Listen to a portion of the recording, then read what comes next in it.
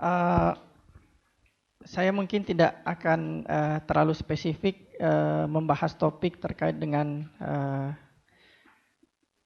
struktur anggaran negara, tapi karena audiens lebih banyak dari kalangan sektor kesehatan, jadi mungkin saya akan lebih banyak mengulas poin-poin terkait dengan korupsi di sektor kesehatan. Tadi Pak Krishna tadi sudah membahas panjang lebar kondisi di birokrasi. Saya yakin juga beliau pasti punya pengalaman yang cukup banyak menghadapi berbagai kasus. Buktinya beliau tadi cukup paham bagaimana trik-trik penegak hukum, gitu ya. Uang sangu, kemudian uang hotel dan lain-lain, ya. Jadi ini yang memang salah satu menjadi problem kita saat ini, bahwa penegakan hukum itu juga kadang bahasanya bisa ke kiri, bisa ditarik ke kiri, bisa ditarik ke kanan, begitu. Dan yang kami sedihkan ternyata itu masih terjadi sampai saat ini. Nanti saya akan bicarakan sedikit tentang poin itu, cuma sebelum ke sana saya ingin memberikan gambaran terlebih dahulu posisi korupsi di dalam sistem hukum Indonesia. Ada salah satu konvensi yang sudah kita ratifikasi pada tahun 2006 dan sudah kita undangkan di Undang-Undang 7 2006 tentang konvensi PBB melawan korupsi.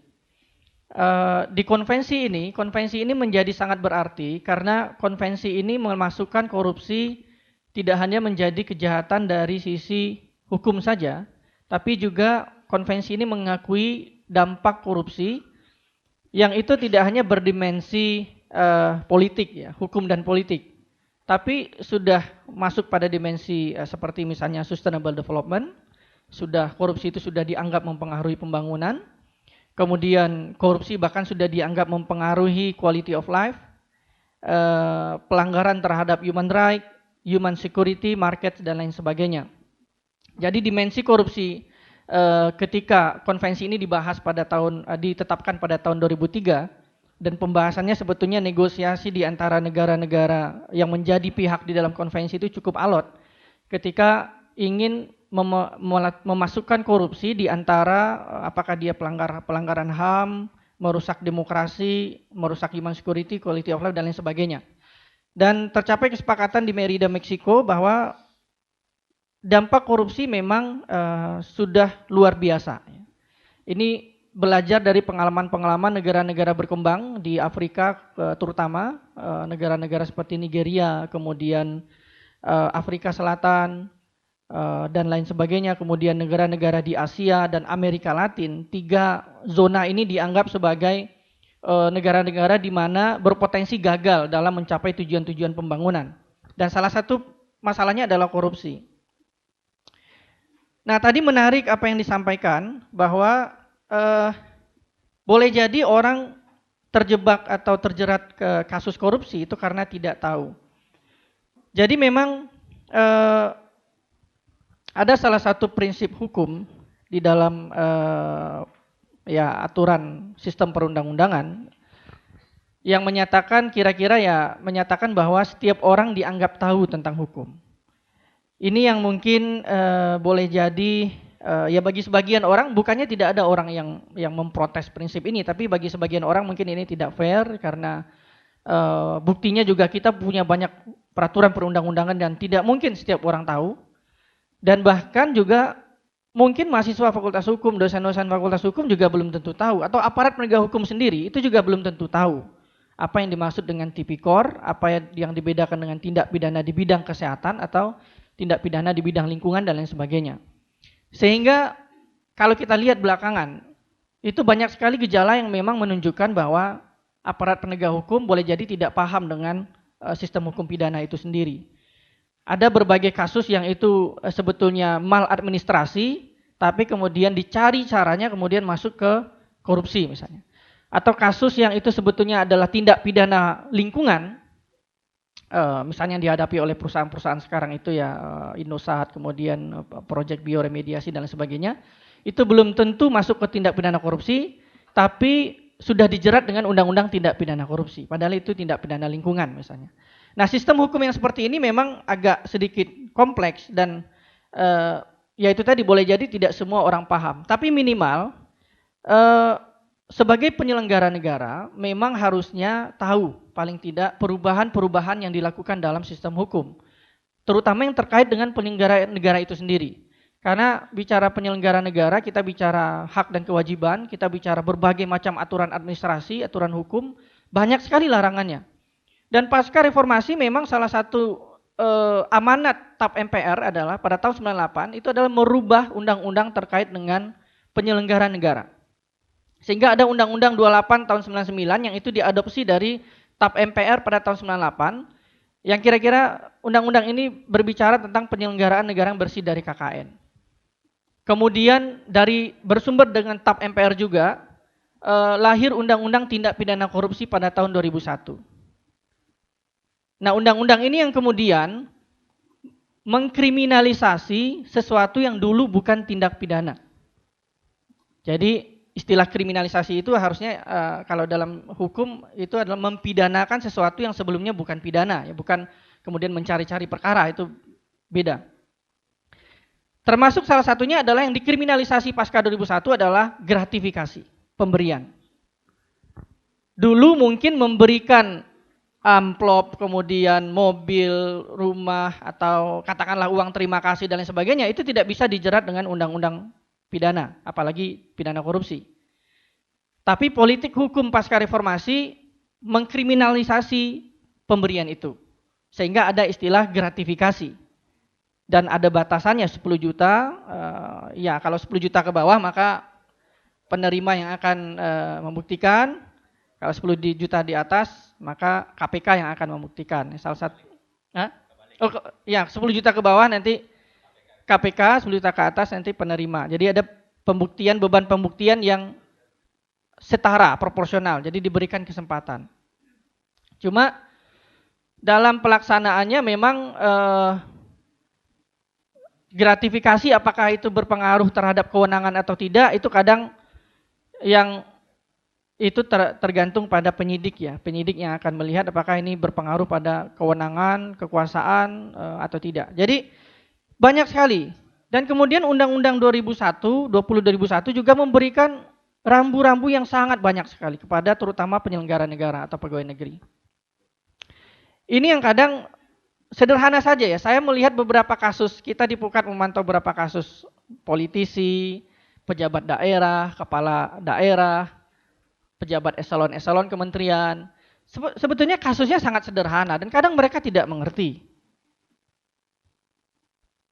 Menerima kemudian apalagi sebetulnya itu sudah masuk kategori suap, tapi lontaran-lontaran di media itu menunjukkan bahwa tidak paham dengan apa yang dimaksud dengan suap itu. Nah, jadi ini yang mungkin di satu sisi ada banyak perubahan yang kita lakukan di peraturan perundang-undangan, di sisi lain kapasitas birokrasi itu tidak mengikuti terkadang perubahan perundang-undangan itu. Maka juga kita tidak heran ketika Presiden pada tahun akhir tahun 2012 itu sempat menyatakan bahwa ketika pasca Andi Malaranggang ditetapkan menjadi tersangka, Presiden sempat menyatakan salah satu statement yang agak panjang dia bahas tentang korupsi karena ketidaktahuan. Karena menganggap Menpora pada saat itu dianggap sebetulnya tidak tahu apa yang terjadi di bawah gitu.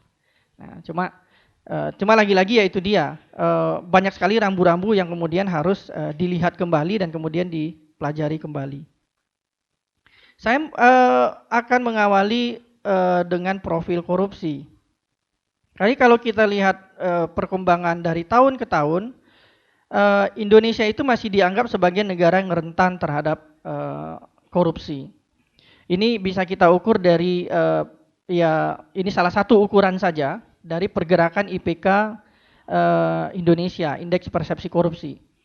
Walaupun sebetulnya ini tidak bisa menjadi ukuran satu-satunya karena boleh jadi lebih buruk dari ini atau boleh jadi lebih baik dari ini.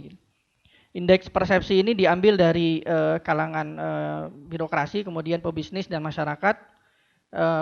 Dan kita masih berada di poin yang di bawah 4 itu masih berada di poin yang sangat-sangat rentan terhadap korupsi. Sebetulnya Presiden sudah menetapkan kebijakan bahwa pada tahun 2015 kita mencapai poin 5. Ya, memang ini pekerjaan yang berat karena ya itu tadi, karena ternyata dari tahun ke tahun masih saja banyak kasus yang terungkap, kemudian di daerah juga masih banyak kasus korupsinya, itu boleh jadi agak sulit untuk dicapai. Ada dua tipologi korupsi yang sering dibicarakan ya. Pertama state capture dan kedua administrative corruption. Nah, ternyata ini sebetulnya penelitian pada tahun 97 oleh UNDP, ternyata kami menganggap ini state capture atau korupsi yang dilakukan oleh aktor-aktor negara melalui baik itu diskresi, kemudian peraturan, itu ternyata masih banyak. Masih kita temukan korupsi yang itu awalnya adalah jenisnya state capture. Kalau administrative corruption saya kira sampai sekarang cukup banyak, dan karena ini berhubungan dengan korupsi birokrasi dan cukup sulit memang untuk mengikis korupsi di birokrasi itu.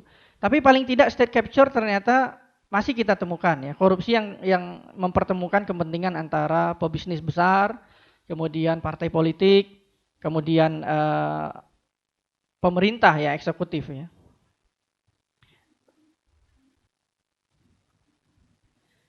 Nah, kami menemukan data bahwa pada kurun waktu 2009 sampai 2011 itu ada terpidana korupsi kira-kira ya hampir sekitar 600-700-an. Dan mereka yang terjerat di dalam kasus korupsi itu rata-rata adalah pengambil kebijakan di daerah.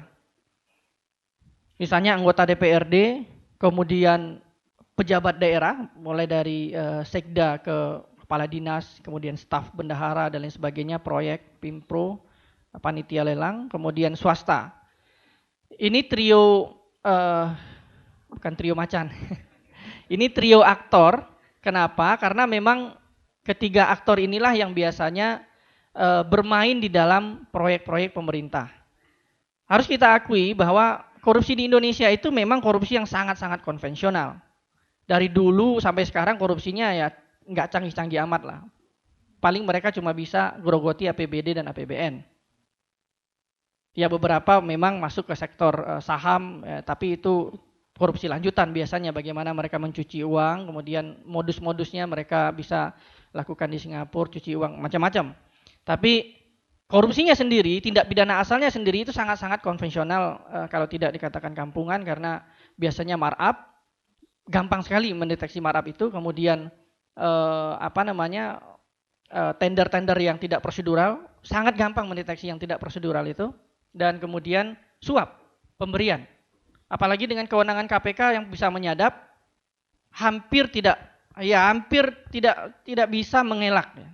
Kalau sudah ada pembicaraan mengatur proyek, kemudian fee-nya berapa, itu sudah melakukan perencanaan pidana. Hampir tidak bisa mengelak kalau sudah disadap. Gitu.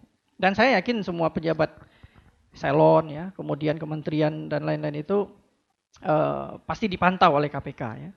Walaupun aturan penyadapan ini juga banyak dikritik oleh masyarakat, oleh kalangan penegak hukum, karena aturan ini kan berada di wilayah gelap, sehingga akuntabilitasnya boleh jadi dipertanyakan. Kalau KPK-nya baik, ya dia bisa menggunakan itu, tapi kalau KPK-nya nanti digunakan untuk hal-hal yang tidak baik, juga bisa abuse of power melalui penyadapan itu. Kemudian kepala daerah, ini yang kita sedih sebenarnya.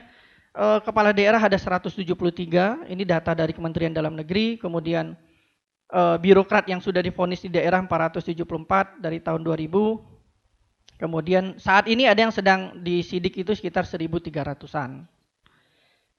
Kalau kita bandingkan dengan jumlah total, ini tidak besar ya, 4 jutaan pegawai negeri, 1.300 ya berapa persen, tapi angka ini sebetulnya sudah menunjukkan bagaimana rentannya birokrasi terhadap kasus-kasus korupsi. Termasuk di sini kasus-kasus yang berhubungan dengan sektor kesehatan, yang pada umumnya itu berada di 4 wilayah kalau saya lihat kasus-kasus di sektor kesehatan itu. Pertama terkait dengan pengadaan alat-alat kesehatan, ini banyak sekali kasusnya, obat-obatan, kemudian konstruksi rumah sakit, puskesmas, dan jamkesmas, jamkesda ini belakangan jadi tren. Jamkesmas, jamkesda itu trennya banyak sekali. Kemudian ya ada program-program yang biasanya bantuan sosial kesehatan. Nah ini tadi yang saya sampaikan bahwa modus korupsi di Indonesia itu tidak terlalu canggih sebetulnya. Ya karena memang mungkin ya inilah yang dilakukan yang apa namanya yang paling mudah dilakukan di dalam anggaran negara. Misalnya markup, kemudian penyalahgunaan wewenang, ya, kemudian menerima suap atau fee yang mungkin itu ya apa namanya tidak legal.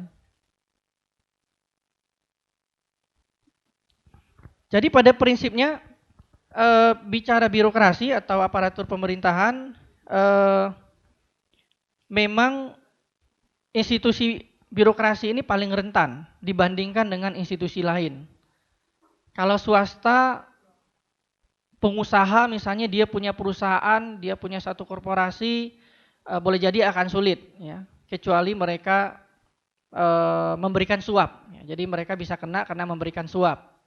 Atau mereka bisa kena karena ikut proyek tapi syarat-syaratnya tidak lengkap atau prosedurnya tidak benar.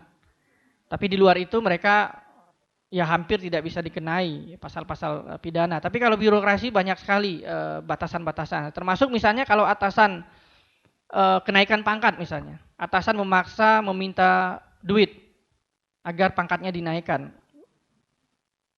Banyak sekali ini terjadi di birokrasi dan ini sebetulnya pemerasan. Tapi begitu di Undang-Undang 2001 dimasukkan di dalam korupsi sehingga itu jadi tindak pidana korupsi. Jadi kalau ada Bapak Ibu yang merasa diperas kemudian untuk naik pangkat atau menjadi kepala SKPD, kepala dinas dan sebagainya, secara teori atau secara hukum itu bisa melaporkan dan itu bisa masuk tipikor. Ya cuma kadang pertimbangannya tidak berani, ya. Ya nanti ya tanggung sendiri akibatnya, apalagi kalau ketahuan yang lapor si Anu ya dimutasi, down job dan sebagainya. Jangankan itu, menolak perintah untuk melanggar hukum saja birokrasi pasti akan susah, ya. Panitia misalnya tahu kalau prosedur ini dilanggar, ini merupakan perbuatan melawan hukum, tapi menolak perintah atasan itu kadang susah, ya. Nah ini secara kultur birokrasi memang seperti itu, tapi secara teori, secara hukum bisa, ya. Kemudian yang menjadi penyebab di birokrasi ini pada umumnya memang dua hal saja, karena korupsi ini didorong oleh kebutuhan. Kita tahu bahwa gaji dari penyelenggara negara itu memang tidak terlalu tinggi kalau kita bandingkan dengan kebutuhan misalnya. Ya kalau keinginan pasti banyak sekali, tapi kebutuhan. Cuma sekarang ada program yang namanya remunerasi, itu sudah mulai dilakukan di beberapa kementerian melalui program reformasi birokrasi, walaupun efektivitasnya ya boleh jadi optimal, boleh jadi tidak, ya. Misalnya di Departemen Pajak atau ya di Ditjen Pajak kita lihat mereka sudah cukup lama menjalankan program reformasi birokrasi, remunerasinya cukup tinggi, tapi tetap saja ada beberapa oknum yang ditangkap oleh penegak hukum karena menerima suap. Bagi kami ini fenomena gunung es, ya. Boleh jadi praktik seperti itu boleh jadi masih banyak dilakukan. Nah ini tentu butuh penelitian yang lebih dalam. Cuma ya itu dia, ternyata remunerasi harus diikuti dengan program-program yang lain, ya, upaya-upaya pencegahan itu. Kemudian juga yang sekarang marak adalah politisasi birokrasi. Kalau ini memang terkait dengan pilkada biasanya di daerah-daerah. Jadi karena kepala daerah itu punya kewenangan yang cukup besar, terutama bupati, wali kota, sehingga cukup sulit bagi aparatur di daerah untuk ya menolak intervensi-intervensi politik itu. Dan biasanya intervensi politik itu berujung pada ini ya permintaan fee berapa SKPD ini sanggup menyediakan, ya, berapa persen. Jadi di dalam struktur APBN, APBD itu sudah terlihat kegiatan-kegiatan Pemda, kemudian SKPD ini dapat berapa, apa saja proyek dalam 1 tahun ini, Kemudian dari situ sudah mulai diperkirakan. Biasanya ada tim yang menghitung berapa fee yang bisa dikumpulkan 1 tahun. Dan itu bisa dilakukan oleh kepala daerah, dan kemudian di SKPD-nya sendiri nanti dihitung lagi, dipotong lagi gitu. Berapa fee yang kira-kira bisa kita kumpulkan dari berbagai macam proyek. Ini yang memang sebetulnya persoalannya tidak sederhana, karena terkadang juga beberapa kita temukan mereka mencoba mengumpulkan fee itu untuk dana, dalam tanda kutip misalnya dana-dana yang taktis tidak terduga dan lain sebagainya. Tapi ada juga yang memang by greed ya, memang karena ketamakan dan mereka butuh pengembalian dana yang cukup besar dan itu diambil persenannya sangat tinggi. Bukti bahwa birokrasi kita masih dianggap tidak efektif dan cenderung koruptif. Ini survei yang dilakukan oleh lembaga PERC di Hong Kong, dan Indonesia diukur dari negara-negara Asia lainnya, ternyata kita masih di angka yang cukup rentan. Jadi paling tinggi itu rentan terhadap korupsi dan kemudian tidak efektif dibandingkan beberapa negara-negara lainnya. Ini lagi-lagi kita bisa berdebat dalam peringkat-peringkat ini ya, tapi ini hanya menggambarkan satu situasi saja. Nah, ini yang lebih spesifik tentang korupsi kesehatan. Jadi ada sebuah laporan yang diterbitkan oleh Transparansi Internasional. Laporan ini bicara tentang corruption and health. Ini tahun 2006 dan di laporan ini diidentifikasi ternyata fenomena korupsi sektor kesehatan itu tidak hanya di Indonesia, tapi juga di banyak negara lain, dan ini diidentifikasi ada beberapa potensi-potensi peluang terjadinya korupsi ya, misalnya informasi yang tidak seimbang, baik itu antara aparatur kesehatan sendiri, pasien dan tenaga dan lain sebagainya.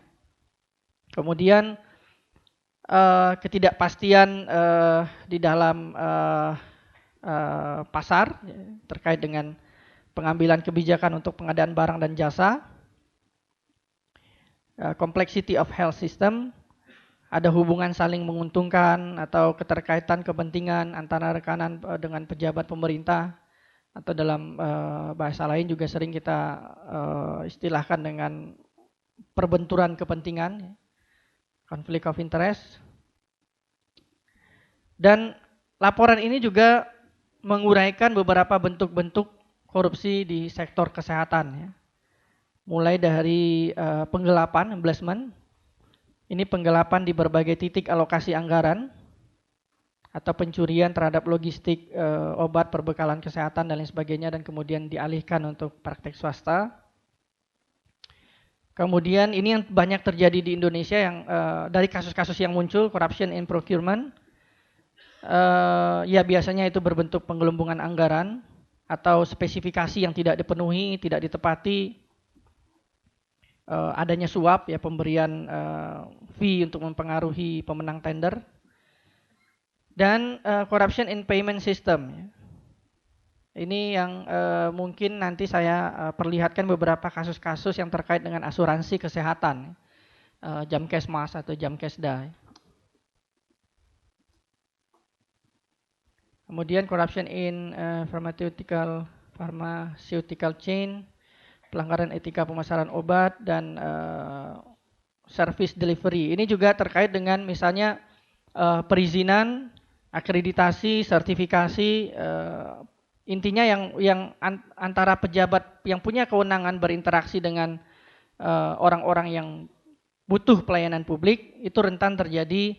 Kalau di sini rentan terjadi suap atau pemberian ya, baik itu gratifikasi atau suap, biasanya untuk mempengaruhi ya. Sertifikasinya dikeluarkan, izinnya dikeluarkan.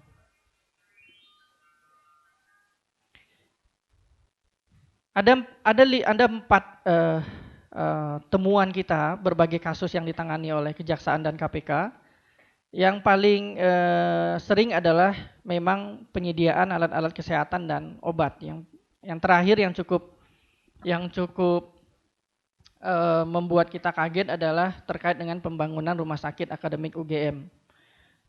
Ini di lingkungan universitas sendiri, saya lupa tahunnya tahun berapa, tapi audit BPK menemukan adanya berbagai pelanggaran ya di dalam beberapa proyek di UGM, dan kami kemudian ikut membahas itu, dan ada beberapa yang sifatnya mungkin kami nilai itu maladministrasi, masih debatable, tapi untuk rumah sakit akademik kami mengatakan pidananya cukup tinggi. Jadi potensi pidananya sangat tinggi terkait dengan pengadaan proyek itu.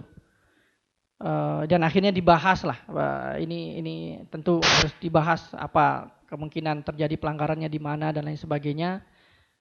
Apakah betul bisa masuk pada pidana korupsi atau ini masih tahap administrasi dan lain sebagainya. Itu di rektor yang lama Pak Jarwadi. Cuma sekarang masih kita tidak tahu lagi bagaimana perkembangannya, tapi diskusi itu cukup intens waktu itu di pembangunan RSA. Ya, konstruksi, kemudian Jamkesmas, Jamkesda. Ini Jamkesmas juga akhir-akhir ini banyak sekali terjadi di berbagai daerah ya, korupsi terkait dengan dana-dana Jamkesmas, kemudian bantuan sosial kejahatan. Terakhir beberapa contoh kasus yang saya tampilkan. Kasus yang ingkrah tidak saya terlalu banyak bahas di sini, mungkin kita sudah tahu semua kasus yang ditangani KPK terutama pengadaan terkait dengan flu burung dan lain sebagainya sudah diproses. Ini beberapa kasus terkait Jamkesmas saja. Ini tren pada tahun 2013, 2012-2013 ini terjadi misalnya di Lampung. Ini masing-masing dituntut 1,5 tahun dan akhirnya divonis 1 tahun oleh pengadilan tipikor ya, dengan denda 50 juta. Ini terkait dengan korupsi Jamkesmas ya, dana kesehatan masyarakatnya.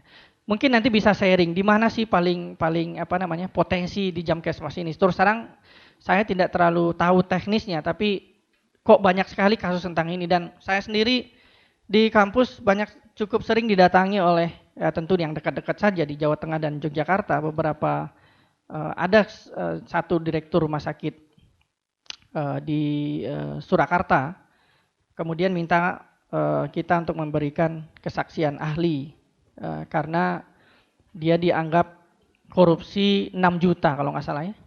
Dakwaannya 6 juta terkait dengan klaim Jamkesmas yang dianggap markup. Kemudian diproses oleh kejaksaan, ya minta kita untuk melihat bagaimana sih kasus ini sebetulnya ya. Ternyata kasusnya sudah sampai di Mahkamah Agung ya. Sudah ingkrah dan sudah ditahan begitu. Jadi tentu teknisnya saya tidak paham karena kasus per kasus bisa jadi berbeda, tapi saya akan highlight saja beberapa kasus. Ini juga terjadi di Labuhan Batu Selatan. Ini sama Jamkesmas juga 2011-2012, diduga merugikan keuangan negara ratusan juta rupiah. Kemudian Kepala Dinas Kesehatan di Meliani Bangun, ini cukup besar, dugaannya adalah korupsi 19 miliar di Dinkes Kota Binjai, ini ditangani oleh Kejati.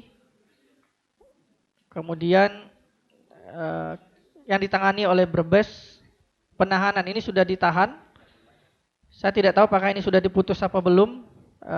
Dr. Laode Budiono, ini juga terkait dengan Jamkesmas 2009-2010. 150 juta, kemudian ya ini di Ambon ada Jamkesda, anggarannya dari APBN dan APBD. Nah, sedikit saya tambahkan tentang poin pencegahan ya. Sekarang sudah banyak inovasi yang dilakukan di bidang reformasi birokrasi untuk mencegah terjadinya korupsi. Dan memang ternyata tidak cukup dengan undang-undang yang sudah memberikan rambu-rambu. Ternyata pengawasannya harus diperketat. Misalnya bagaimana sekarang ya, ijen-ijen di masing-masing kementerian memperketat pengawasan. Ya. Kemudian di daerah juga diperketat. Ya. Dan karena salah satu sumber korupsi yang paling banyak itu adalah berasal dari gratifikasi, pemberian, maka di kementerian, di departemen biasanya ada program-program pengendalian gratifikasi. Bagaimana tertib hukum pelaporan gratifikasi itu bisa dilakukan agar jangan sampai melebihi waktu 30 hari misalnya. Kemudian, nah ini yang terkait dengan penegakan hukum di birokrasi, whistleblowing system. Ini yang sudah dikembangkan di Departemen Keuangan dan konon kabarnya whistleblowing system ini sudah dalam tanda kutip memberikan pelajaran terhadap beberapa oknum pajak yang masih katakanlah masih suka terima suap atau memeras wajib pajak gitu. Dan whistleblowing system ini masih sedikit diterapkan, tapi tentu kita berharap untuk pencegahan korupsi agar muncul whistleblower itu diterapkan di semua kementerian. Cuma ya risikonya itu, ya boleh jadi akan banyak kasus yang terungkap begitu. Dan mudah-mudahan sih tidak, tapi itu salah satu kendala kenapa whistleblowing ini belum bisa diterapkan di banyak kementerian misalnya. Ada kekhawatiran tentu birokrasi pasti akan khawatir kalau misalnya diawasi secara horizontal dan diawasi secara vertikal. Ya. Kemudian LHKPN. Ya. Kemudian yang terakhir itu ada rancangan undang-undang aparatur sipil negara. Jadi memang sekarang sudah mulai dibahas bagaimana perlindungan hukum bagi penyelenggara negara. Jadi ketika dia menggunakan diskresi, kewenangannya itu mungkin bisa dipilah mana yang wilayah diskresi dan mana wilayah pidana. Karena sekarang tidak ada batasan, jadi ya itu dia bisa ditarik ke kiri, bisa ditarik ke kanan. Gitu.